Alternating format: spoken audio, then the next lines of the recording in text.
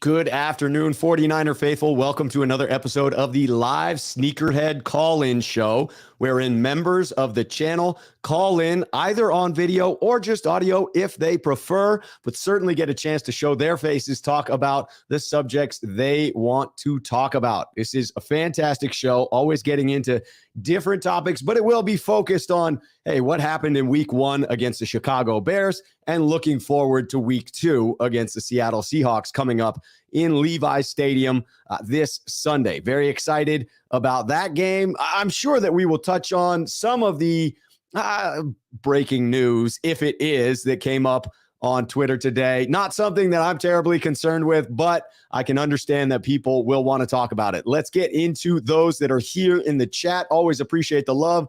The Gabe Bubba Niners show. Rob, love the show. Let's go Niners. Let's get a W. Gabe, we need that W. Absolutely need it. If you thought it was a chaotic place in Niner faithful land after one loss, just wait to see what would happen if we don't beat Seattle on Sunday. I don't think that we're going to find out because I believe we're going to beat Seattle.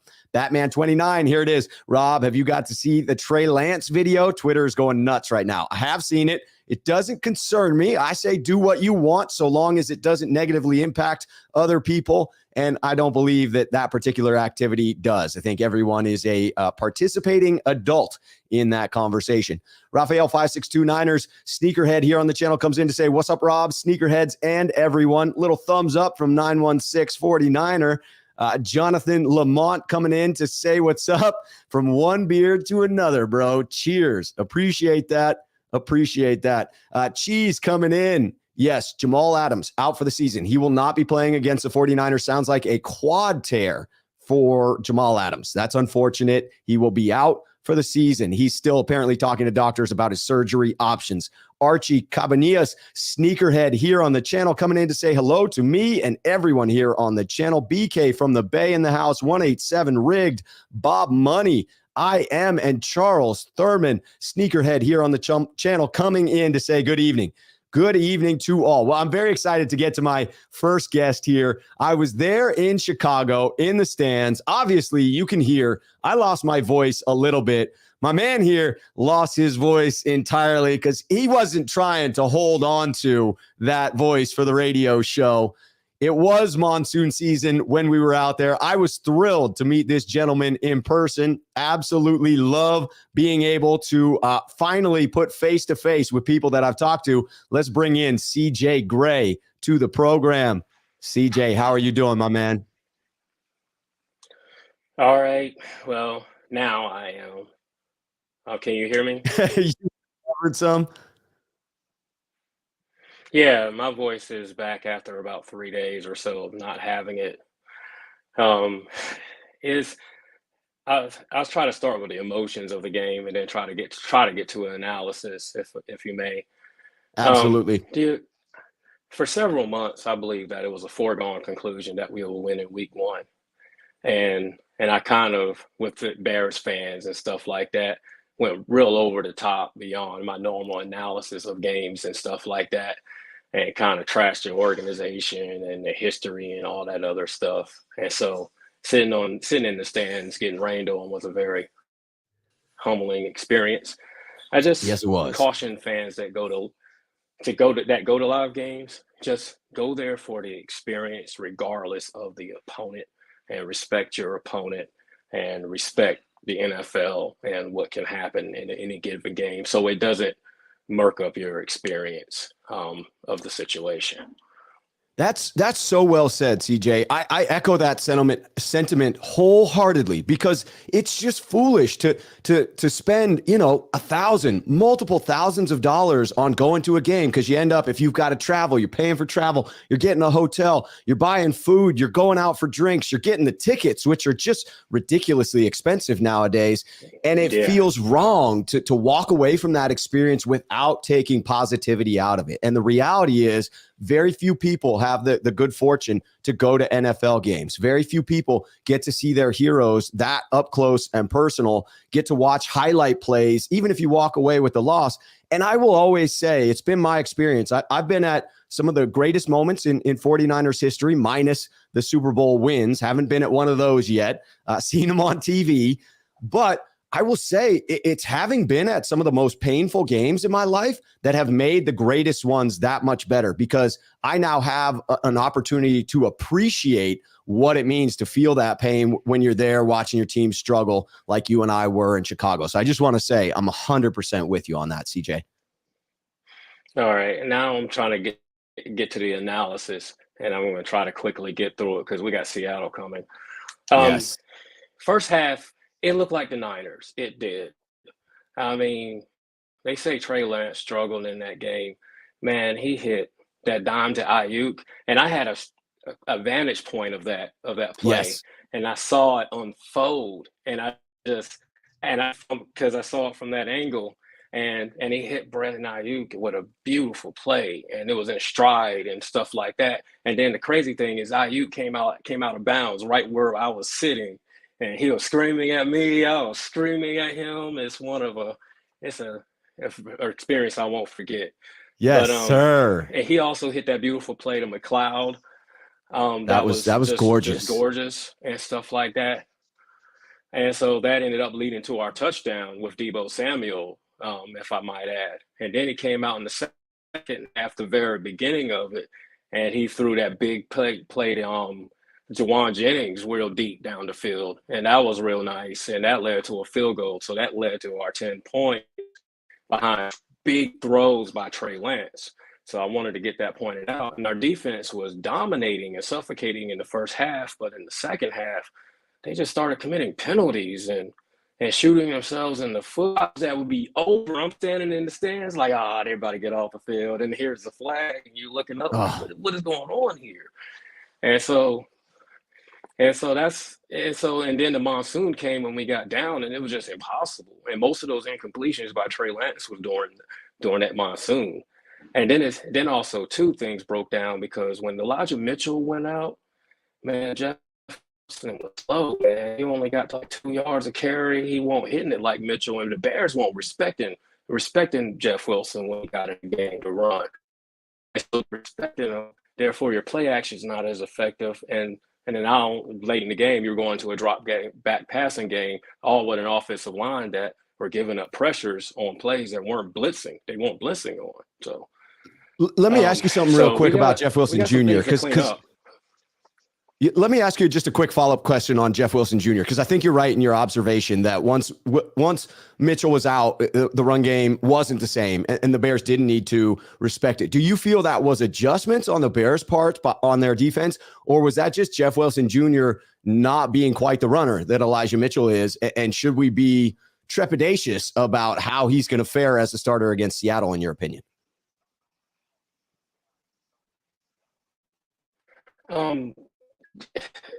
Wilson Jr. is just not it.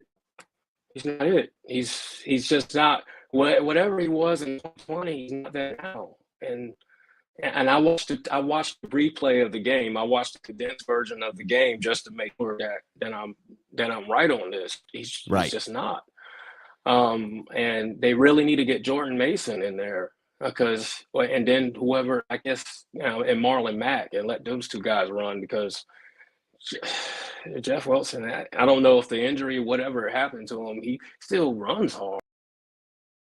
Oh, we lost CJ. I was really digging what CJ was cooking there, because he was absolutely speaking truth. We'll see if we can't get him back in just a moment. We're going to head over to Sean951 Niners. Got a couple of comments that I want to bring in here. Got to get the brand up there. Got to get the Niners emblem up there. All right, so I'm here with Gold Blooded, talking about those special moments that I was there at. I share some of these with Gold Blooded, perhaps all of them. He says the 94 championship game was my favorite. I was there at that one. That absolutely is my favorite. Against the Cowboys, that was legit. Second was the Vernon Post game. Yes, was there. Vernon Post, I believe we're talking about the Saints game in 2011. I was also there for the Catch 2 with Terrell Owens. Terrell Owens, yes, was there for that. And then he says the third was the comeback game versus the Giants. Also happened to be at that one. Worst game was the week after the Vernon Post, and it was raining. Hated that game. I think you're talking about the Giants game. I won't even mention a particular name in relation to that. And just to bring in Kevin, we got CJ back, so we're going to bring him in. Hopefully better connection. It was good until we lost it. Kevin, Sneakerhead here on the channel, says, what's this Lance thing about in the chat room? Why are folks talking about a lap dance? I'm not a Twitterer. Kevin, it is, in fact, a video that made its rounds on Twitter regarding Trey. It appears to be Trey. It's a pretty low-grade video in a dimly lit room, and it's someone making it rain. The implication is that it is Trey Lance in a strip club, and fan base, is somewhat split on it. Some saying that it's not an issue, some saying that it is an issue. No idea what the percentages are on that. But Juice Man Jeremy comes in with the super chat, obviously saying that's why Trey Lance is the GOAT. So there are some that support this idea of, hey, do what you want. They're all adults involved in this situation. This is not a type of a Deshaun Watson situation where you have unconsenting people involved. This is a young gentleman making his way to a strip club. And you may have feelings about that one way or the other as the face of the franchise, but I think it's up to each individual to determine what's right for them in that regard. All right, we're going to bring CJ back in to keep talking about the Seattle game. We were talking about Jeff Wilson Jr. right before we got cut off. All right, I had a transition there, man, because my phone it was on LTE and won't hold it on. I was hoping that it will hold on, but it didn't. But what I was saying about Jeff Wilson, he's just lost a step. He was getting only 2 yards of carry, and it's very evident. And it was evident in the preseason as well that he doesn't have that lateral movement, that lateral quickness, that shiftiness, or anything like that. It's just like he just is a bulldozer at this point, and that's just not very effective. So that's kind of basically my wrap up of that game. Yeah. Transitioning to Seattle, they was able to beat Denver Monday night. But Denver basically lost the same way that we kind of lost. Basically, mistakes. Yeah, a better football team, obviously, and then fumbled twice when it was time to score. I mean, that looked a lot like us early in Chicago, where you get good drives going and then you get a fumble and you get a missed block, which leads to a rush throw, and then the very next play, another missed block, which leads to a sack that puts you out of field goal range.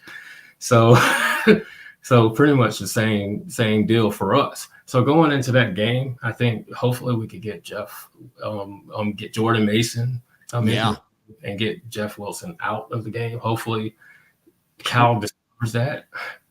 What did you make of the fact that Mason got 0 carries in Chicago? Did you read anything into that? It's just clear that Cal doesn't trust him yet. That's clear. He don't trust TDP either. So because he didn't activate him. So right. You just don't trust these guys. And so that leaves me worried that we're going to see a lot of Trey Lance running, a lot of Deebo Samuel running to try to create plays, because we're not going to get anything from Jeff Wilson Jr., but he's going to be stubborn and keep going with him. And so that's pretty much what I had to wrap up. I don't want to take up any more of your time. I'm pretty sure everybody's eager to get in for this week.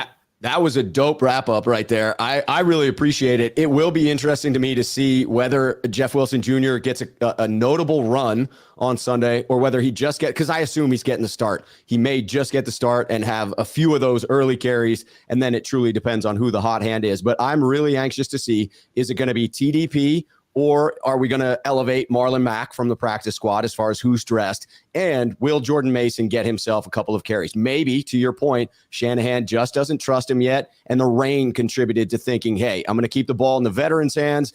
I know that Jeff Wilson Jr. can hang on to the rock. I'm not so sure about a rookie coming in, and we can't afford a turnover at this point in time. If it's raining again on Sunday in Santa Clara, maybe we have the same issue, but I sure would like to see him extend a little bit of trust, because we need an explosive back, right? Our offense operates so much better when there's someone who has a little bit of oomph to the way in which they run, as evidenced by Elijah Mitchell, Deebo Samuel, and the guys that do run a little bit better. It just makes the world of difference. Really appreciate that breakdown, my man. And final note, I just want Trey to have a good game. We just need these Wolves off just for a week, man. I mean, Yes. we really do. And then it's like another thing I wanted to point out is the emotions of the game, man. There was a lot of people in Chicago that was cursing and saying, put Jimmy in. And we got this guy from North Dakota State. I was hearing these things echo out in Chicago. And I just really, really encourage you. Observe the young man's talent, observe the man's demeanor, and just have patience with the process. And it's gonna come to fruition. I promise you. Yes. Yes, you have to be patient. This is what we expected going in. Were we expecting a down cycle on week 1? No, we underestimated the Bears. We underestimated the weather, and the 49ers came out again playing a little bit sloppy with all of those penalties, shooting themselves in the foot. But to your point, when you go back and you watch Trey, taking out the last few minutes of the game where it's complete monsoon and nothing was getting completed at that point, remove that, look at what Trey was able to do, and I see things you can build off of. I do not see a horrible game. I don't see someone who was responsible for that loss. Did his play contribute to the fact that the 49ers lost? Sure. He admitted as much right after the game. I missed a couple of things. I could have hit this, and this, and it would have changed the outcome. To me, Jack Hammer wrote a beautiful article today that acknowledged, hey, regardless of what you want to say about the play, that's a leader right there that comes up to the podium and says, my bad. I will fix these things going forward. And he ended it on a strong statement of that's what a leader is. Couldn't agree more. I thought Trey displayed a lot in showing why Kyle Shanahan and John Lynch had the faith in him that they did when they invested 3 first-round picks. Absolutely. Well, you take care of it, and then go Niners and hope for a win. Go Niners. Glad your voice is back. Mine's making a strong recovery as well. I think I'm going to win the bet of the 2.5 day, taking the under on that. I feel like I'm back. I feel like I sound good. It's good to see you, CJ. It was a pleasure meeting you in person, man. Likewise. All right. We will see you soon. All right. We had Sean 951, but we just missed the connection. We'll try and bring him in because he was just in there, had a disconnect, but definitely want to try and get him in. We've got Jaguile 56 as well. We will probably just get into that in a moment, bringing up a couple of comments as well in between. Here we go. So Gold-Blooded coming in, talking about those games that we were at. He says, I gave my tickets to the Green Bay game. I'm thinking he's talking about 1996 to a friend because I was tired of seeing Favre rip my heart out. And I watched at a buddy's while with a girl I liked at the time. Huge regret. Still have that VHS tape. Or are you talking about the one where we finally overcame the Packers? That was a good one, and I was there. I was too young to know about not going and foregoing the heartache. Yes, seeing more and more people asking about the Trey Lance video. Again, I'm not concerned with it, but in fact, there is a video of Trey Lance out there. It would appear enjoying himself at an adult nightclub, throwing around some singles. We are bringing into the stream Jaguile 56. Jaguile, how are you doing, my friend? I'm doing fine. How about yourself? Doing very good. Doing better, I should say, because it was tough to stomach the loss to Chicago. I don't want to say I was overconfident, but I came in expecting a victory, expecting that our team, our roster was significantly better. And even if the weather, even the playing field, which it ended up doing, that we'd be able to overcome. And we weren't. And that was hard to deal with. I've now struggled with the harsh critique of Trey. It makes me uncomfortable that so many 49er fans seem to be ready to turn on the young gentleman and call for Jimmy. And I get it, not wanting to waste a season. I do. But it's been stressful. So I hope for a victory this week to relieve the stress from Niner faithful. Yes. I mean, I can see why, 49er fans are like that. I mean, you know what they say, that the fans always want, when there's a problem with the starting quarterback, they're always rooting for the backup. They're always saying, bring him in, all the time. That happens. Yes. Remember when Alex Smith got booed off, or they were booing at him for them to bring in, I forgot who the other quarterback was, but David Carr at one point. Carr, we were booing Alex Smith to bring in David frickin' Carr. Exactly. So, I mean, I can understand it. I mean, but I'm patient. I'm the kind of person that is patient. I want to see what he can do. I have Yes. confidence in him. I have confidence in him. I like the way that, he takes accountability for his actions, and he says, I have to improve this, I have to improve that. And that's all that matters to me. The thing about the game was, the dumb penalties. The penalties. I believe all of the defensive penalties that happened allowed the Bears to continue, and they scored. Am I correct on that one? Absolutely. There were penalties that kept the Bears on the field, extending their drives, allowing them to rack up those points. There were several articles out that pointed to very specific plays. I read one that, hey, there were 3 penalties that specifically contributed to the 19 points. I'm not going to make that direct connection, but to me, certainly the 12 penalties played a huge role in allowing the Bears to matriculate down the field, as they like to say. Yes. Hank Stram used to say that, huh? In the Super Bowl. Yes. And I think we've had Madden say that a time or two as well. Yeah. And also the other thing was, I think the inability to run the ball. I think it also put Trey into tougher positions where he had to scramble. I think he did a great job scrambling, and getting the first downs. He was up to the task as far as running when he had to. I think he did a good job. I think he made some really good throws. I saw the game again, and I thought he made some good throws. He missed a couple, but overall, we had a 10-0 lead.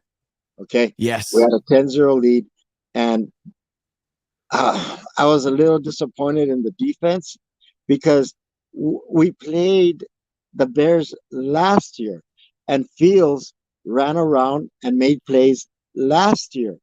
Okay, so forward a year, and we still can't get it right. We still don't understand how to contain him. I mean, we have to do a better job. I don't know what has to be done, but they have to be. They're a better defense than that, and yes, they are.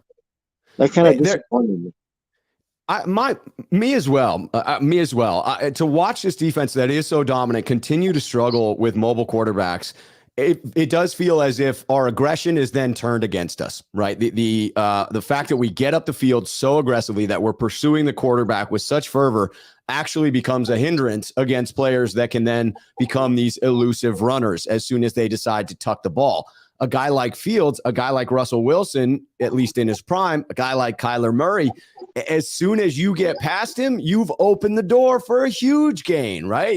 It's that over pursuit. It's a lack of discipline, and it seems to be consistent when we come up against mobile quarterbacks. So I can understand your frustration there. And I also want to touch on, you mentioned Lance's running, and I've heard from some people that maybe are just attempting to be critical. Maybe they didn't watch the game as closely, but I have heard from some people that they weren't impressed with Lance's running in that game and that he looked slow and some other criticisms that, quite frankly, I don't think have merit. I'm with you, Jaguayo. I watched Lance in that game, thought he was markedly improved in his running ability when you look at last year to this.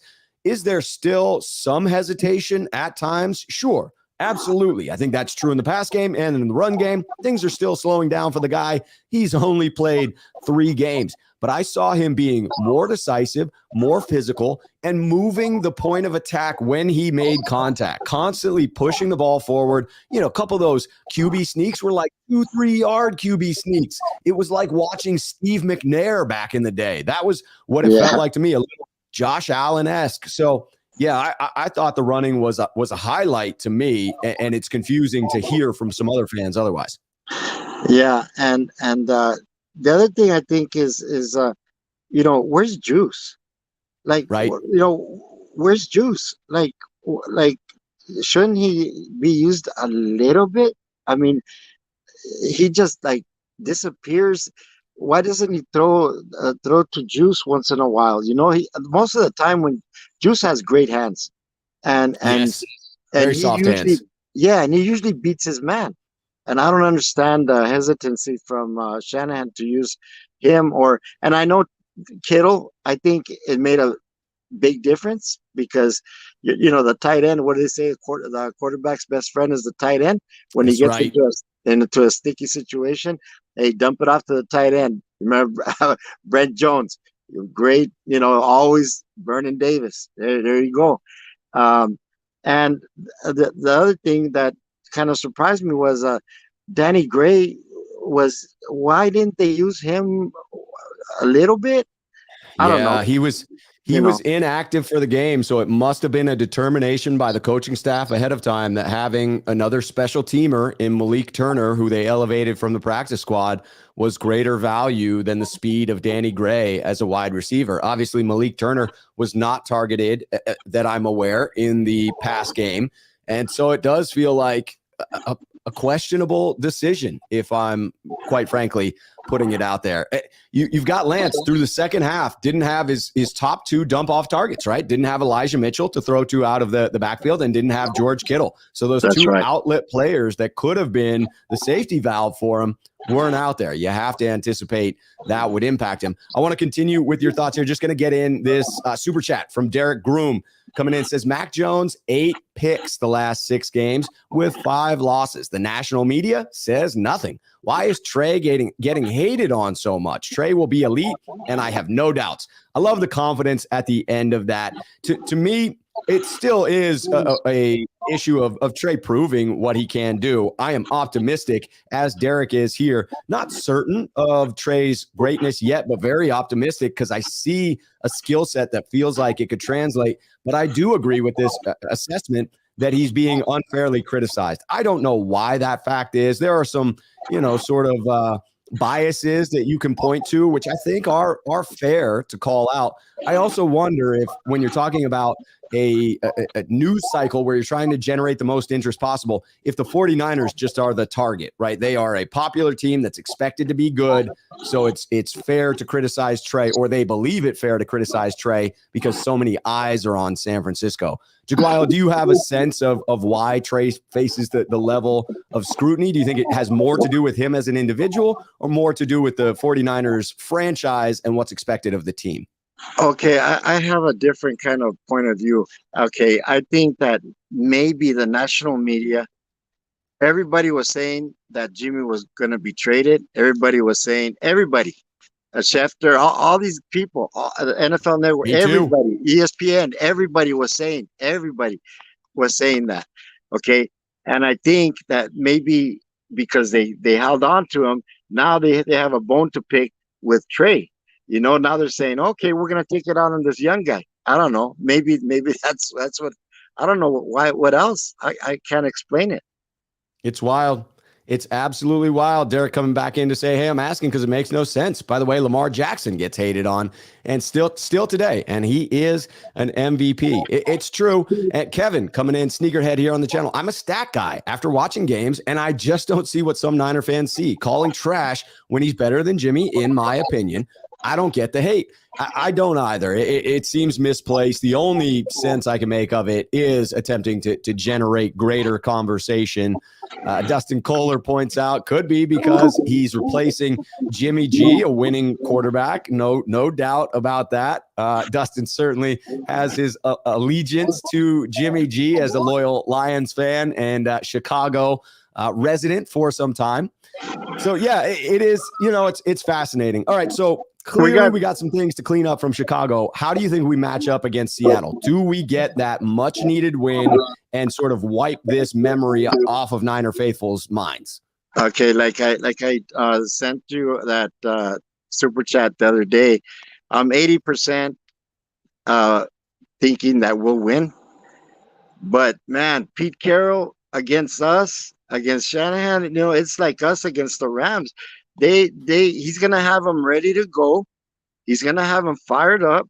He's gonna play this little dink and dunk kind of game, and we cannot make any mistakes. And then I heard that it might rain, so we can't catch a break with the weather. So, but I think Shanahan's gonna be ready. I think he's going to come back. I think he's going to bounce back. He's going to have a good game plan. And I think Trey's going to execute it. And I think we're going to be better. I think we're going to get some turnovers. And we have to score the touchdowns. We cannot mess around. when we get inside the red zone, we gotta score touchdowns and not give them any hope and keep it going, through the Yes. fourth quarter. And that's what my take is, and I'm sticking with it. And I think 24-17. I think it's gonna be a close game, but we're gonna be ahead, but they're gonna make like a late run or something like that. A little push, yeah. Yes, a little push, but I think we're gonna get them, and I think everything will be good for one more week. But, I sure hope so. Because if it goes the other direction, it is going to get ugly. And those division games do tend to be tight ones. Yes. And so I'll leave you with that. And thank you very much for your time. Appreciate it as usual. And let's go Niners. And you stay blessed, your family too. Okay? Chiguayo, absolutely appreciate the blessings and good blessings to you and your family as well. All right. Thank you. Bye-bye. Take care. All right, we are bringing in Sean951 to the stream. Hold on just 1 second. Want to answer Mike Rotunda coming in, say, how do I call in? Rig correctly answers that, saying you need to be a sneakerhead to call in. And I'm dying on the inside with Mike's response. He says, rigged. What? I'm a 47-year-old man. I have no idea what that means. Mike, if I weren't all about YouTube, I wouldn't know what that means either. What it means is that after you've subscribed to the channel, a little join button pops up. If you hit that join button, there are options to become a sneakerhead starting at 99 cents. And that puts you in as a member of the channel. It puts a little skin in the game so that people who have paid to support the channel can put some video up. I know that I can trust them to put their video up and not do anything strange that might jeopardize the channel. I have in the past done call-in shows that are for everyone, wherein I cover up the video and everyone's voice can be out there because people can swear, and that's okay on YouTube. I will do some of those throughout the season as well. I want everyone to feel like they're a part of the channel, whether they subscribe or are a member of the channel. But definitely the members are the ones that get to come on with the video, and I will get that call-in show going. All right, we are bringing in Sean951, anxious to hear your breakdown of what happened and what will happen coming up with the Seahawks. Sean, how you doing, man? I'm good, but I'm on my phone. Can you hear me all right? It's the first time I've done it. Yes, sir. Looking good. Got the vertical, but it's all good, and the audio sounds crisp. Okay, good. Yeah, I lost my microphone on the laptop. That's how you lost me earlier. So I didn't Gotcha. I shut it down. But anyway. That's the IT. You can call up IT. Get them on it. That's a good point. I should call them. But it's 4:30. Yeah, they're still working. Yeah, this is a crazy. That was a crazy game. I was like numb after that game. I had literally my wife was, because she'll look at the TV and look at the score, so she knows what's going on inside my brain. So she knows questions during the game. So she's literally like, "Are you mad?" And I'm like, "I don't even know what just happened right now. Can I watch this game again? I need to watch it again. I'm utterly confused. How? What the hell just happened?" So I did. I watched it a couple times. So forget going through the whole game. You guys have already done it. I mean, I'm ready for Seattle, but if you look at the statistics of the game, yes, it's laughable, right? They had 200 yards. Chicago had 200 yards offense. I predicted 150 yards or less. Well, 51 was from Pettis on a broken play. So whatever, right? In my opinion, what happened in this game,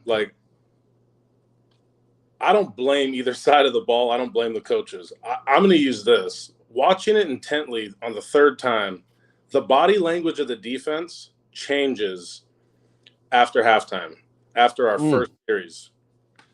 We're 7-0. We have a terrible first series.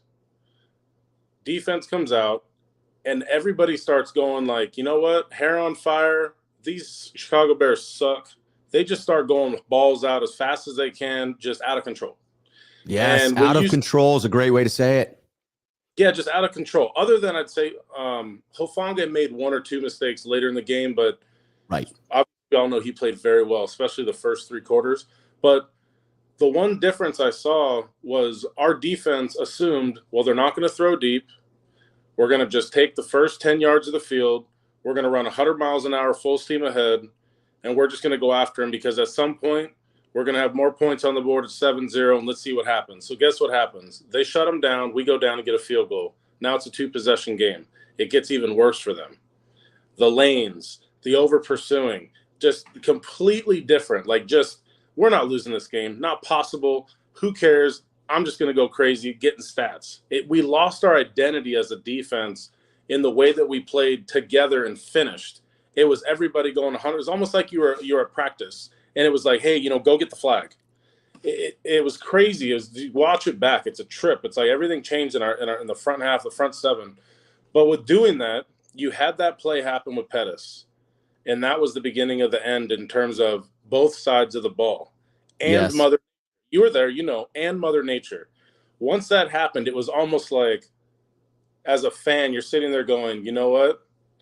I see what's about to happen. Before it happens, You're like, I don't know the score what's going to happen or what the score will be, but this is gonna turn in terrible. And it's like I was in disbelief watching minute by minute, play by play, weather by weather. I mean, I had no feeling. I was like, I want to get this game over with. Like, this is crap. This is not indicative of our season. This is not indicative of our defense. Chicago had every single possibility that they needed to go wrong for us in order for them to win. Very similar to Monday night's game with Seattle and Denver. The only way Seattle wins that game is their fans go crazy. Wilson has to go silent count. They need to fumble twice inside the 5. Wilson needs to have a subpar game. And Denver needs to not be cohesive in week 1 with a bunch of new pieces. Right. And then Geno Smith has to be almost perfect, and they need to make virtually no mistakes and have breakdowns on defense, hence where he lobbed that touchdown where everybody over pursued, just like against Pettis, same thing. So you've got 2 of the same scenarios that take place. So Denver looks like shit, and now the 49ers look like shit going into week 2 based on the perception. So if we look like, the perception is, why do we look like that? Well, let's go to the quarterback stats. Oh, they just don't look good. So if you didn't watch the game in detail to really look at it, I don't feel any different about our team before the game than after the game, other than Mitchell, because he's now gone. So for 8 weeks, so I can't be alive. Right. So other than Mitchell, I'm ecstatic about Hufanga. Because one big thing that we were talking about for weeks and weeks and weeks, oh my God, with Ward out, what is our safety situation going to look like? Yada, yada. Boy, does he look exciting if Ward comes back healthy. That's exciting to me from that perspective. But the one danger we run ourselves into, if we don't come out against Seattle and we don't play our brand of football on defense, offense is going to be transitional. We don't know what Trey's going to be. I'm not predicting an MVP, in Trey this year. So for me, Debo, don't fumble the damn ball. Like, you have Trey as your quarterback. We're trying to help him. We're trying to put him in the best position possible. We could have been up 7-0 quick. So there's a lot of things that probably won't happen in games on a consistent basis that happened during that game. So to me, right this whole wrong of this week. Go to Seattle, lay it down on them. They're just as bad as the Bears. Lay it down on those guys. Come out of there with a clean, legit victory. I don't care if you blow them out or not. Just a legit victory. A dub. A dub. Lance, play good. I don't need great in any game this year. Just play good, and their defense will hold teams to 19, right? 19. We lost 19-10. If our defense gives up 19 points a game the rest of this year, I'll take it. I'll take it. If we can't score 20 points, then that's a problem. So, period. I don't expect to win if we can't score 20. So that's all I'm looking for this week. Get back on that so we can go into Sunday Night Football against the Broncos, excited, ready for two teams to go at it. And then we can see if our respect can get back in the national media. I think you summed that up so well, and totally agreed that if you just go to the stat line and you looked at how that game turned out, it seemed obvious that a lot of the blame would fall on Trey Lance. But when you watch the game, in particular, when you watch it multiple times and go back through, really watch how it unfolded, in particular, first half to second half, I agree. It's just, I feel the same way about this team that I did before. It's very unfortunate to drop that game. It may end up costing us, certainly should cost us in our seeding at the end of the year, assuming we do make the playoffs. But could it be the game that decides whether we make the playoffs or not? Yes, absolutely could. But it doesn't change my belief about the core of this team, the strength of this team, the strength of this defense. does alter the strength of the running game just a little bit. But the fact that we didn't lose him for the entire season is big to me. We have him for the second half of that schedule, which is the tough stretch. And we have Jordan Mason, who I really want to see get some run here. I want to bring this in because I have a question for you about the Seahawks specifically. But Kevin, I just really dig this comment from Kevin, Sneakerhead, here on the channel. Dig the confidence. He says, Rob Schuh, I'm 45. Been watching the NFL since a teen and have only ever bought one shirt. Signed Lance NDSU shirt, North Dakota State University, almost said Notre Dame for some reason, from eBay 2 years ago, just before he was drafted. That's how certain I am about him. I love the confidence. I love that there are some out there that are entirely invested in Lance because I think he needs that support given the criticism he's also facing. Now, the question that I have for you is my observation of the Seahawks was they were very physical playing against the Denver Broncos. My assessment was Pete Carroll used all the motivation at his fingertips. People don't believe in you. People are talking shit about you. They think you're going to be a laughing stock in this league. Oh, by the way, guess who's coming back into this stadium? Russell Wilson, the guy who didn't want to play with you anymore, the guy who wanted out of Seattle. You want to show him what you're made of, show him that he should have stuck around. Like, I believe Pete Carroll is a master motivator. I'm just not convinced that with a team that I do believe is a bit bereft of talent, that they would be able to get up every single week. So my hope is, because it's a short week for them, that won't be possible here. Did you notice the same thing? Did you see a very physical Seattle team? And whether you did or not, do you believe that they will be able to bring that physical intensity against the Niners? So let me go to the beginning of what you said there. So of all the things you said about Carroll, to me, I'm not saying they're not true, but to me, it only took two things in this game to happen. They probably had Russell Wilson's name fat on the wall with an exclamation point, and that was it. That was the game plan. Yeah. Bam. Yeah. Back. Two, if Geno Smith, at the end of the day, if Geno Smith did not play out of his shoes, accurate and hitting it's like it didn't matter where he threw it. Everybody was open every time he hit him in the chest. If that didn't happen, none of this would even matter. Seattle could have played as hard as they wanted to, and they would have been blown out. Why? Because Seattle left 14 points at the 1 yard line. I'm not Seattle. Denver left 14 points at the 1 yard line. So if you just throw 14 points on the board there, I mean, what are we talking about? Like, you know what I'm saying? Like this, it would just be another game. Okay, Seattle lost, and we can't lose to Seattle. So even if he's a good motivator, it's fine. Like, you're motivating that team. That's great. Come and motivate. It's a division game, but so what? We're better on defense. We're better on special teams, and we have a better offense. They lost Jamal Adams, their leader on defense. Who's their next leader on defense? Diggs? Great. You're just a safety. And then your next leader is who? Barton, 57. He's a firefly all over the place. That's fine, but he's a linebacker. So to me, there's no one else on there that you fear. Now, you could say Metcalf and what's little man, Lockett. 16? Lockett. Great, but Geno has to get him the ball. So if our defensive line plays the way they should against Seattle, Geno's not going to have the time he had that he would against Denver. So It's going to be a little bit of difference for Geno. So if Geno comes down to earth, it's not going to matter. You're going to actually probably see some frustration from those receivers because they're not going to be getting anything but 5-yard routes. But now you're going to have man because you're going to have Mosley and Charvarius Ward, who they haven't seen Charvarius Ward yet, maybe one time if they randomly played KC. Right. But they didn't get highlighted in this game in Chicago because there was no passing to the outside and deep and slot. Everything was 5 yards and mud. 5 yards mud, 5 yards mud, then a broken play. So I really think they're going to be highlighted against those two receivers. Geno's not going to have the windows that he had against Denver to be able to have that type of success. And if our D-line plays the way they should play, where they normally do at home, they play really, really well at home.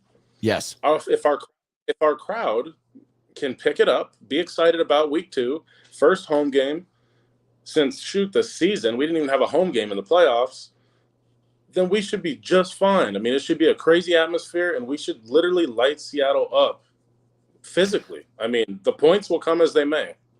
I agree. The physical nature of this game should favor the 49ers. If it doesn't, I will be concerned, admittedly. Alan Elizer comes in. I think you just answered it, but we'll throw it out here. Rob Schuh and Sean 9519ers. I really like your takes, guys. Sean, can we beat Pete and the Seahawks?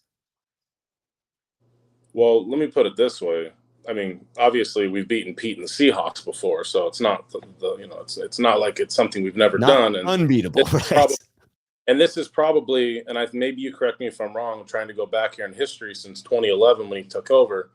I want to say this may be his worst team that he's had starting off a season, because you can't say someone's injured and this. No, this is his unit. So if this is the unit he's bringing to the table, they're not getting any better. They may get more cohesive, but they're not going to be a better football team than we are on Sunday. Now, we could play worse than them, just like we play worse than the Bears. But can we beat them? How about if we lose to them? This is a whole different conversation next week. Very different conversation. It gets negative. It gets rightfully negative at that point, because now you're talking about 0-2, two very winnable games with two much more difficult games coming up, and then an East Coast trip wherein you spend 2 weeks traveling. So yeah, it gets dark quickly. The national narrative is already negative. It will multiply. Exponential growth will occur in the rumors and negativity and outside pressure. I think this locker room is strong enough to withstand it for some time, but no one is impervious to enough pressure. Eventually it will crack something. Well, and the big thing too is like, I don't like to bring the Jimmy G thing up, but let's just talk about it. Let's assume there's like that pressure side of it, right? Right. Well, from the locker room. So if you look at the mistakes Trey made, right? Let's compare these to the mistakes that Jimmy would always make, just because it's a football game. We could go a whole game here. He overthrew Croft. Well, Jimmy, just like when he would overthrow Ayuk and when he would overthrow Juice, there's no difference. You had a guaranteed completion. That was a touchdown. So people out there that have that narrative, like, okay, well, Jimmy does that. Well, Trey does that. So, well, Jimmy hits everyone in stride 10 to 12 yards. I mean, that's what Jimmy's MO is. I mean, that's what his strength. Right. So he threw a dime to Ayuk and a dime to Jennings, like great throws, but those are 17 yards and less. Like that's what Jimmy does too. So what is Trey doing in the first game that everybody sees that he can't do? Well, his legs, Jimmy ain't running 13 yards for a first down. Jimmy, we can't say Jimmy doesn't get QB sneaks, because Jimmy was actually a professional at QB sneaks too. He's great at it. Right. So it's like, not that I'm comparing them, because that's not my point in this, but I'm saying from going into this week to next, Trey better put on a legit performance at home. And I'm talking like legit as in don't have those overthrows to wide open guys. Make sure you are executing on those short throws, not throwing them into the dirt, not throwing them high, or, not leading guys to where they can get momentum. Like the things that everyone's looking at in a quarterback that's better than Jimmy. Right. Like, you don't want them to sit there and be like, well, Jimmy does that, and Jimmy does that, and Jimmy does that, and Jimmy does that. Or that never going to go away. The national media is going to keep pounding. Well, put him in. He's a winner. He's a winner. Just go out there and show us some explosion. It's not going to be a swamp. I may be a little rainy, but Santa Clara, it's just going to be some rain. Yeah, not going to be what we saw on Sunday. That was not just rain. That was insanity. That was terrible. I tell you, I know people have told you and you've watched it back. Did you see the screen in the last minute and a half when they were going through on offense? They literally put a black outline of it wasn't perfect, but they tried to tell what the yard markers were. Once you do that, I'm like, talent's out the window. This is what's going to happen. Like Debo, you see the one where he threw it to him and it hit the water, and that basically the end of the game. He's just like, what are you going to do? Get mad at Lance? Like the ball. Right. The ball was 100 pounds. Lance is throwing a 100-pound ball. Like the game's over. Like get the hell out of it. Move on to the next week. Chicago's going to be, picking first or second in the draft next year. It is what it is. They got lucky in their first week. Give their fans some something to cheer about there in Chicago. But at the end of the day, we're a much better football team, and we have to show it this week because there's no excuses. You're at home. That's where we dominate recently. I know in the past we were not. Recently, this defense is going to be chewing it up. I expect the same type of performance out of our defense as we played normally against Seattle at home in the first halves of games, which is virtually non-existent offense from the other team. So I'm expecting Lance and the offense to put up points. I want to see 17 points or so at half, at least, so that our defense can at least sit there and go, you know what? This is my quarterback. This is my offense. We can be this dominant. Let's keep having their back because I'm telling you, You watch the second half of that game. That's what changed. People don't look at that, but I'm telling you, their morale was completely different. They got way overconfident, thinking that no way Chicago's ever even going to get a first down. And truthfully, you said this earlier with somebody, it is a fact. All 3 scores, somewhere in that drive from initiation, it was extended on a third down in a punting situation. So there you go, defense. You could have had a shutout, and we would have won 0. We would have won 10-0. And, the narrative would be, hey, Lance outshined Fields. Yeah, it would have been beautiful. It would have been, this defense is as advertised. And so that's what I'm looking for, man. That's all I want to see. Because God, dude, Chicago sucks. Seattle sucks. We cannot be 0-2. We've got to put forth a good effort so that we can have confidence going into Denver on Sunday Night Football in a little bit of a different atmosphere that Lance is going to be in, and just show the world over the Sunday night game and the Monday night game exactly who he is. And then I'll have all the confidence in the world on that East Coast trip. Let me ask you one final question about Seattle, because I think it is important if the offense is going to have success, as you're talking about, which I agree. That sets the tone for this game. It will alleviate some of the pressure from Lance. It's what I want to see as well. CJ Gray coming in to say, we're in trouble if we don't get one of those running backs balling. Pete Gorman agreeing with that. I agree with that. I think we have to get one of the running backs really cooking to assist Lance, to give him something to lean on in the run game. Do you have a gut instinct between the running backs, acknowledging that it could be TDP or Marlon Mack, who is that third back that is elevated or activated on game day? Do you have a sense who ends up being the leading rusher in this one? Ooh, this is kind of picking straws here, because it is, right? It could be real close. Could be 3 different guys with, 40 some yards apiece. Just because the starter is not relevant on our team in reality, because just because of that, you fumble one time, you're not the starter anymore. You're in the back of the pecking order. So I would say the safest answer is to say Lance. Just that's the safest one, because he's going to be there every single down. He's going to be incorporated in the running game as well. There's not going to be a slosh mud pit, so you're going to get more. You're not going to have the restriction of water as you're running through it, so you should be able to gain more steam. But if I was to pick running back specific to me, I think, again, Shanahan's going to say, you know what? I love Jeff Wilson. He knows our offense. I can trust him. And I think he's probably going to be the one he starts with. But ultimately, they've got to have TDP and they've got to have Mason active. I don't think you can have either one of them inactive anymore with Mitchell down. I don't think Mack becomes active unless they want to use him on special teams or something. There's no way you could pick up what we're doing that fast. That's my thought, too. Yeah, you just have to have them because you need them. But right. It's not a sign to go beat Seattle. So no, and you're trying to get him up to speed so that if you do need him in the future, you can call him up. But I agree. The idea that he's brought in this week, and just because he's the veteran, you're going to lean on him for pass protection, he doesn't know what the pass protection schemes are at this point. No, and one person we're not talking about, which was brought up in the last call, I think there's going to be a bigger role for Juszczyk in this game. 1, because it's a division game. 2, he always has a bigger role against Seattle. And 3, he always is wide open against Seattle. And that's with Bobby Wagner as one of the linebackers, and he's gone.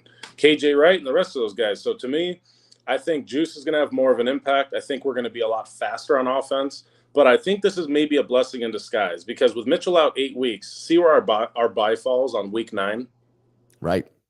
Let him. So here we go, Rooks. Here we go, guys. You've got 8 weeks to go through the easiest part of our schedule to see if you now can be counted on when Mitchell comes back, in case that gets extended past 8 weeks. And if it doesn't, Mitchell come right back in as number 1. But now we all know who our number 2 and number 3 is. Even if one of them's Wilson, he may change. But, at least we'll be solidified going into that gauntlet of who exactly. Amen to that. Our 1, 2. Amen to that. But what's really the biggest downer right now to our team that no one's even brought up, I think, at all during this call? We need Kittle. We need Kittle real bad. And I'm not saying Kittle just for his run blocking, because that's obvious, period. But I think Lance needs to see Kittle dominating against linebackers, so he has one more guy that he can go to first or second in progression, depending on the play call, that is going to sit there and battle and go up for you, even if it's a 50-50 ball. I think we're missing him big time right now. I'm not saying Chicago was a Kittle or bust game, and I'm not saying that, but I don't think he was playing in game, and he needs to come back soon. I agree. And I will say that if it's Kittle and not Croft, he makes that catch. There's just no doubt that he makes that catch that overthrows Croft. Sean, everyone always appreciates the way in which you approach these calls, very succinct in the way in which you explain your position. And I always appreciate that because it makes it very easy to converse with you and have a very logical, forthright discussion of where the Niners are at, in particular, after a very emotional loss. Thank you so much for calling in. Yeah, you're welcome. I'll call in every time, Rob. You got it. Love y'all, faithful. Sean, you take care. We will see you again soon, my friend. Bringing in SwanSong to the stream. SwanSong, how you doing? Then we got to Bryant Culp down below as well. Hey, what's up, Rob? How's it going? It's going okay. The voice is coming back. The sadness is leaving. I'm on to Seattle. I think we're going to kick the crap out of them, and that's going to make me feel good. And we'll have a week of reprieve wherein hopefully Lance plays well enough that we can all agree, hey, it was a good game. Yeah, I mean, okay, so I was in Vegas this last weekend, and I was watching the game at a sports bar with a bunch of friends, none of which are 49er fans, right? They're just a mix of Rams fans, Cowboys. Oh, no. Redskins, you name it, just like a potpourri, right? So these potpourri of fans. So they're making their bets, right? And it was a hard week one to figure out what we were going to bet Vegas on. Vegas made out like kings.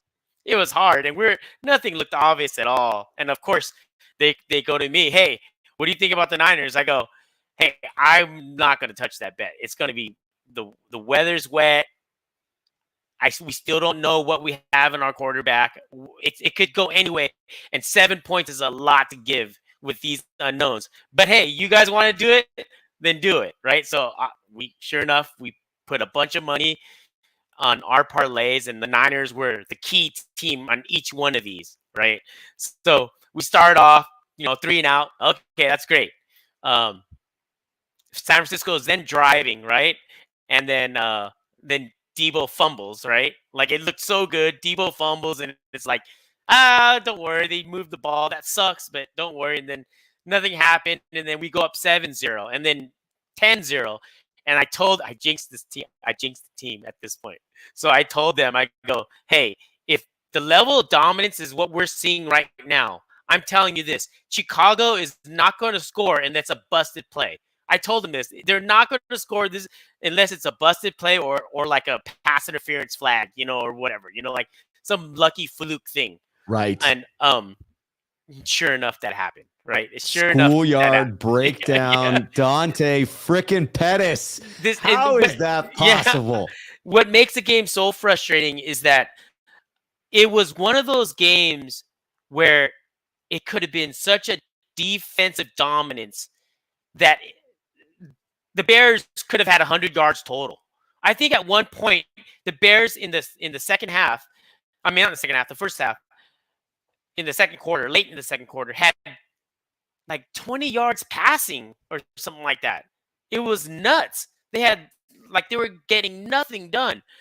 And I want to say, as far as, there was 3 throws that Lance made that Jimmy would have not attempted or would have not made. The throw to McLeod, right? It's not a faded ball, but it's a, it's in between. I can't remember what the where what I'm talking about, going over top one defender and beneath another. Yeah, I can't remember what they call it. What quarterbacks call it. But anyways, that ball, right? They showed the same exact highlight of Mahomes and Herbert, and the exact same throws, and like the NFL is like incredible. Mahomes is unreal. If you look at Trey's throw, it was the exact same throw. I mean, down exactly the same thing, and with a wet, heavy ball on top of that. Then the bomb to Jennings, that was great. He threw that with anticipation. He threw that ball when Jennings was still covered, right? Yes. So that was I mean, people talk about not leading Jennings. I thought that was a phenomenal throw. Yeah, that was and then the 15-yard out, the 14-yard out, 13-yard out to Ayuk where it's he calls a ticky tack for pushing off, right? Right. The NFL was definitely in week 1 very ticky tack with all of that stuff. Very ticky tack. The penalties, yes. I thought the first one on roughing the unnecessary roughness on Fields going out of bounds, I did not see that as a legitimate 15-yard penalty. Yeah, I mean, and the Brandon Ayuk offensive pass interference was the biggest joke I've seen in that regard. It was one of those touching but no pushing. And then I was getting so mad because like the sideline one was ridiculous because it's like, how do you expect these guys to slow down? When it happened again, then I was mad at the 49ers, like that, hey, you guys are falling for this late thing. Do not fall for it. But they kept on doing it. That was disappointing. I'm not going to blame the game on, like, there's blame to go all the way around, right? Yeah. Like, I think, let's put it this way. If the Niners had a 10-0 lead going into the fourth quarter when the deluge came down, it could have easily been 17-0 or 24-0 because the Bears would have tried to come back and they would have given up scores just because they were forced to do that. Where the Niners, if they were up 10-0, could just play conservative. Just play, you know what I'm saying? Like, that's all they had to do. The team at the end of the starting of that fourth quarter was in big trouble if you were down. And we saw that. We saw 19 unanswered points in the second half. Very frustrating. But I thought Lance. I felt more confidence in Lance in that he was competitive, right? You could see that whether he was moving the chains pretty well. Yes, right. Like, he was running very well and completing several critical passes. I mean, again, in the first half, he was looking good. He was moving the ball. It was just the mistakes that were killing the 49ers. I would argue Debo was trying to do too much when he got that ball knocked out of his hand coming in, right? He was attempting to score. And had he just gone down a little bit easier, stopped trying to bruise his way through every single defender, the drive would have continued. And I think we probably would have scored on that one. But the Niners just kept shooting themselves in the foot.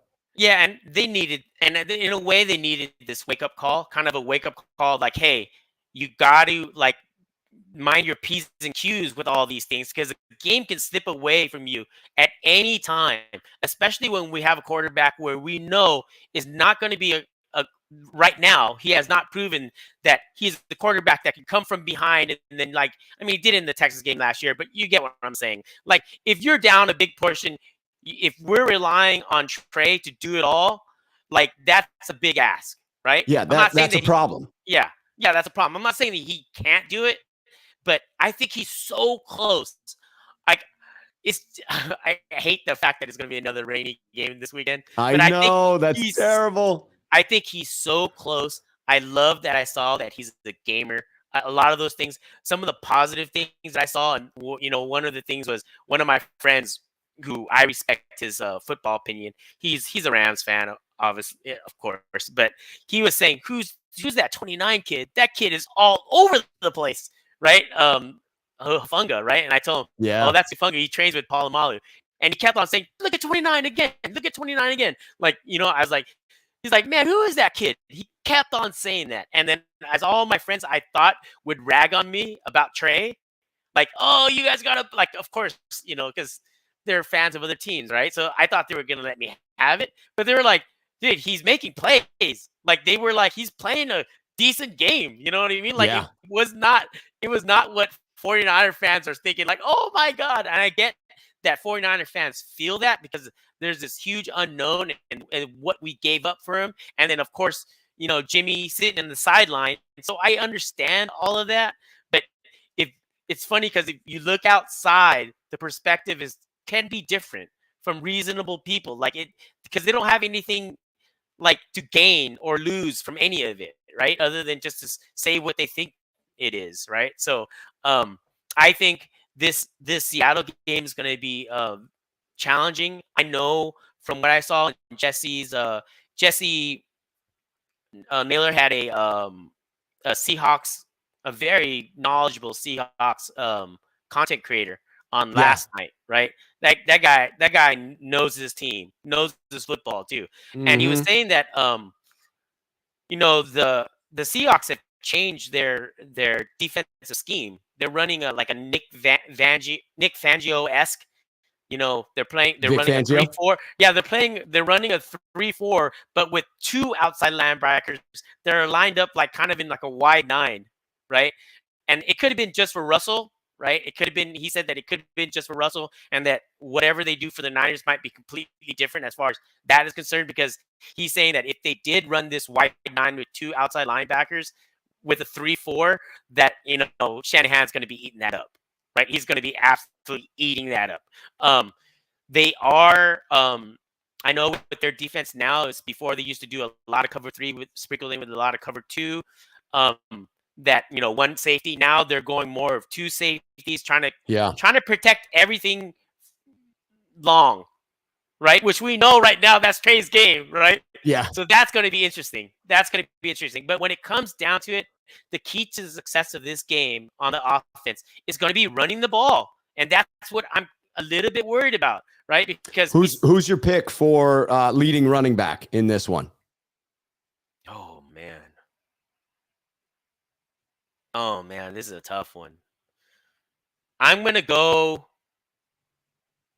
put my trust in Jeff Wilson Jr. That's where it seems the coach's trust is, so that it feels like a safe bet. Yeah, I know that he wasn't getting.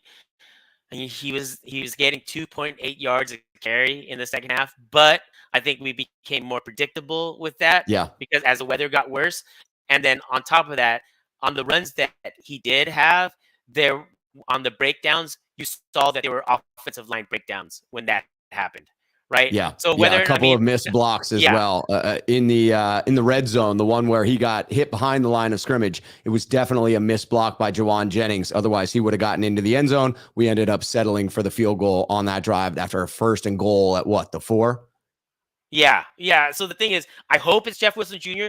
When you initially asked me the question, I'm not going to lie to you. The first person I thought was going to be Trey. It's going to be Trey, but I thought I don't want it to be Trey. But that's what came. That's my gut feeling that came out. That it's probably going to be Trey again leading. It could be Trey, or it could be, as Pete Gorman's pointing out here, it certainly could be Debo as well, right? Trey with 13 carries, Debo with 8. It could be either one for sure. And then the key things to watch on I hope Kittle's back. The key things to watch on defense is the 2 right tackles of Seattle. They held up pretty well for 3 quarters, 2 to 3 quarters. They held up pretty well. I know that the strategy was definitely to throw short for right, and then short completions, dink and he was dunk. perfect. So they were always in good down and distance.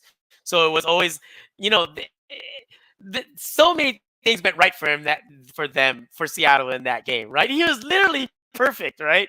And then as soon as it started breaking down a little bit, then you saw Nick Chubb get in there. You saw the other guy on the right side. But don't be surprised, because if it's raining again, that we don't see a dominating game from the outside, because I think these tackles are actually pretty good, right? They're decent. Yeah, they're pretty good, even though they're rookies. And one thing is, I don't know if you watched the breakdown on Kinlaw on that game, but that move that he's using, where he chucks the arm out, like he's bull rushing, and then he just chucks the arm. I don't know what they call it, where he chucks the guy's arm. He did that like 4 or 5 times and got pressure. Like, that is one that he is going to be using a lot this season. And he didn't get that first sack. You could have easily gave him half a sack. I think they ended up giving. Yeah, I agree. I thought it should have been half a sack for Kinlaw. I was surprised they didn't redo that. Yeah, so it's like if he's still going like that, he's gonna eat. And that to me was very impressive. Of course, we still don't know what we have in the back end. I know Traveris Ward looked good, but then the weather sucked, and plus we have I don't really have that much. I like Justin Fields, but I think that there's good things about him, but I'd take Lance over Fields any day of the week. Me too. Still, there's no question. Yeah, and I think we're gonna see this weekend. that, hey, last week was more of a fluke. We're going to get some evidence that points in the direction we want it to, but we've also got to be patient. It is going to be those ups and downs, no doubt about it. Yeah. Swan, I want to keep going, but I got to get down to Bryant Culp because we're about at the start of Thursday Night Football. Let's pick this up next week when we're talking about a win and we have beaten the Seattle Seahawks, my friend. Yes, please. Thanks, Rob. Yes. Fingers crossed. Fingers crossed. Always a pleasure talking with you, Swan. Same. Thanks, Rob. Take care, my friend.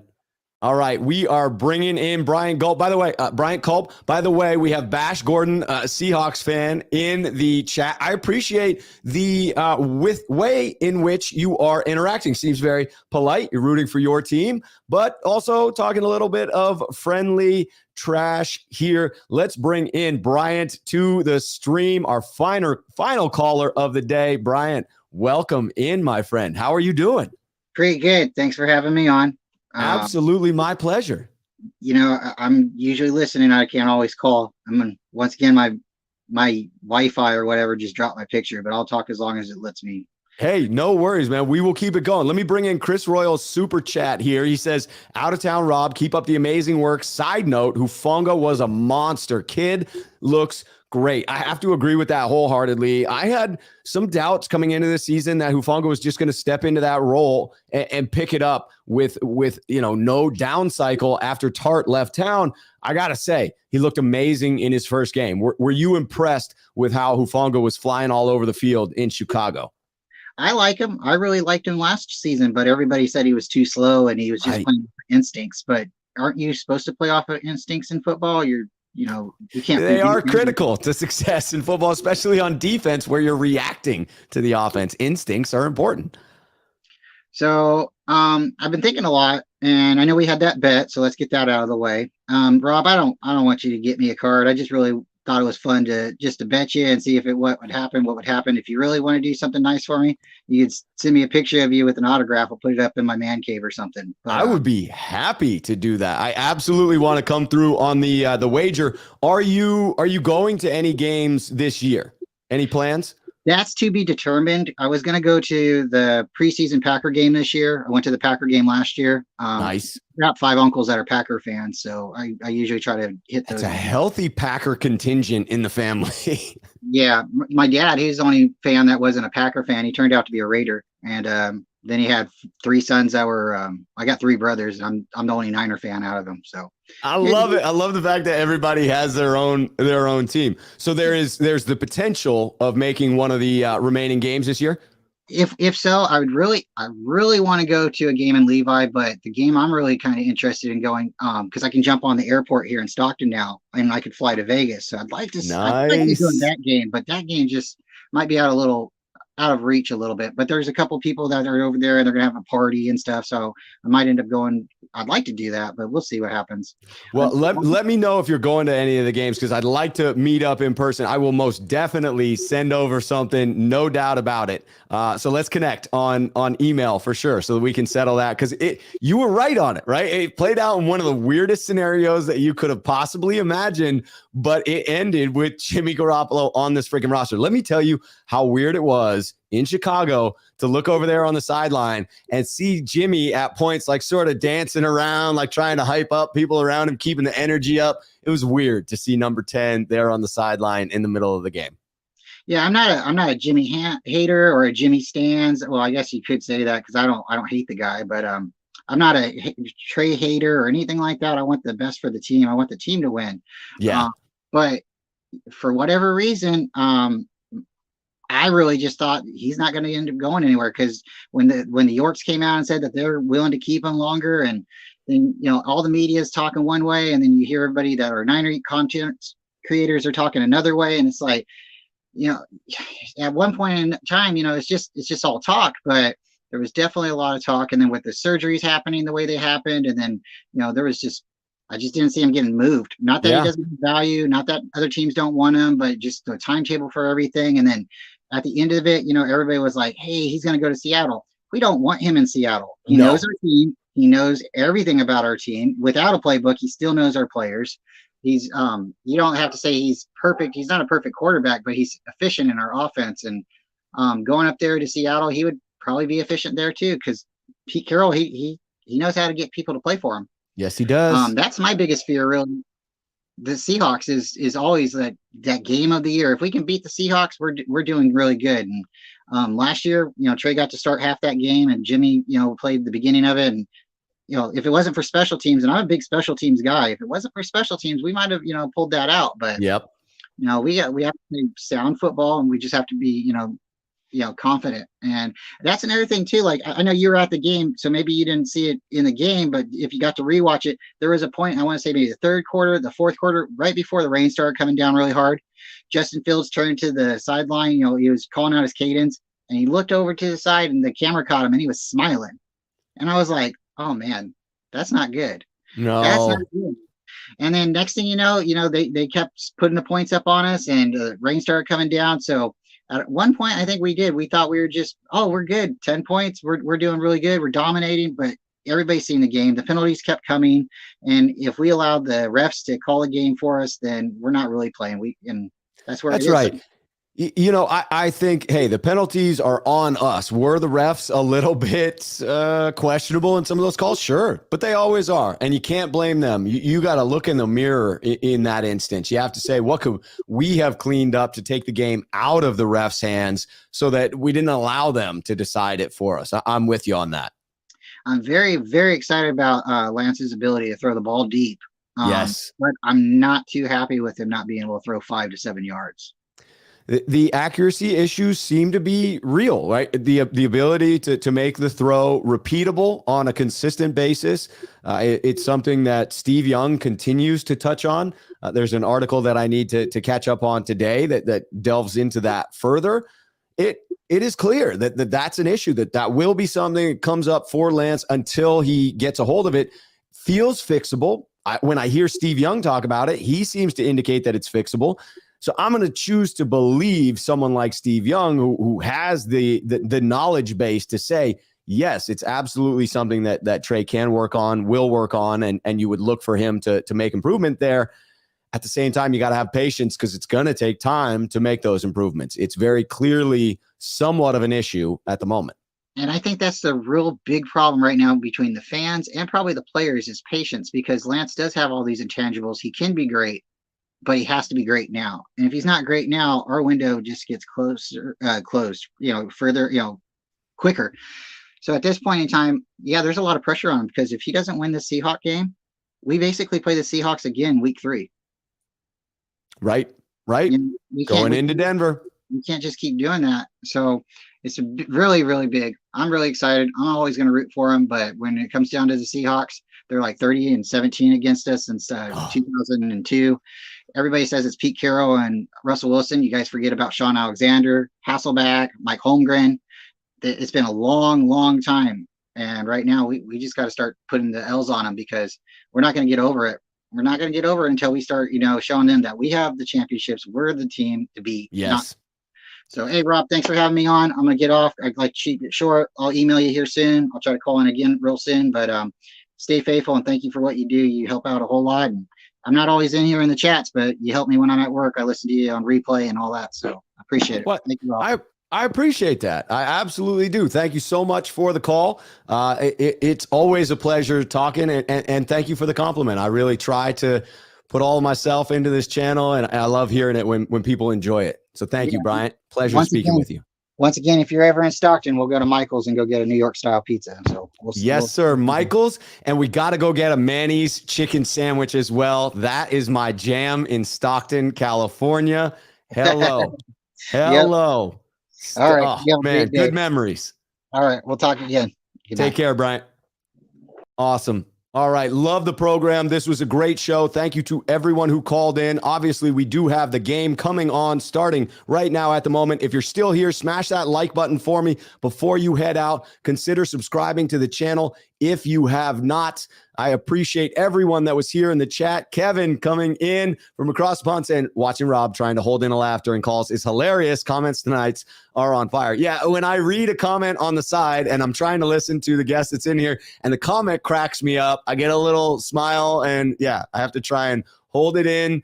and not make it look like I'm smiling or laughing at the person I'm actually talking to. I'm carrying on multiple conversations. It's a good thing I have a lot of voices happening up here in my head. Makes it easier to withstand multiple conversations at once, those with the chat and those that are happening live with the call in. Darren Worthington, appreciate you putting that out there. Raphael 5629ers, I'm in complete agreement. It was a great show, and I appreciate it. Thank you to everyone who was watching. Thank you to the callers, and I will be back tomorrow on with Jack Hammer at 4 p.m. on my channel, and then look for me on 49ers First Takes, where I'll be going on with Aaron and potentially another surprise guest in there. Fable says, are your socks matching your hoodie, Rob Schuh? They are not at the moment, but I should get out my Niners socks. You know, it would be tough to wear them 5 days a week on the stream. I don't have that many pairs of Niners socks, but I do need to put on the shoes. I should just put on a pair of these cleats, huh? Let me just throw these bad boys on real quick. A little Jason Verrett game-worn cleat there. We're getting that man on the channel. We're making it happen. We also need some 49ers flip-flops, as Aztec MC points out. Darren Worthington, yes, I did. Yes, I did laugh at your comment. Thank you for everyone. Bash Gordon, I appreciate it when fans of another team come in. He says, great podcast. I jump on here once in a while just to see how the rivals are doing. My question is, we have Cross and Lucas, two excellent rookie offensive tackles. Question is, how is your boy Bosa looking this year? Bosa is looking good. Didn't come up with the sack totals I thought he would against Chicago, hoping that had more to do with a mobile quarterback and crappy weather. I would look for him to get home on Geno Smith this weekend. I absolutely see a multiple sack game coming from Bosa. I may have to put some money on that because I believe he's going to come out fired up. Bosa is looking to play this year. I've called him out as having a 20 and a half sack season. That's my prediction, a big, bold one. Getting past 20 sacks, not breaking Aldon Smith's record, but getting to 20 and a half. I will be back on with Jack Hammer tomorrow at 4 p.m. on 49ers First Takes on his channel. After that, until then, you know the drill. Cheers, faithful.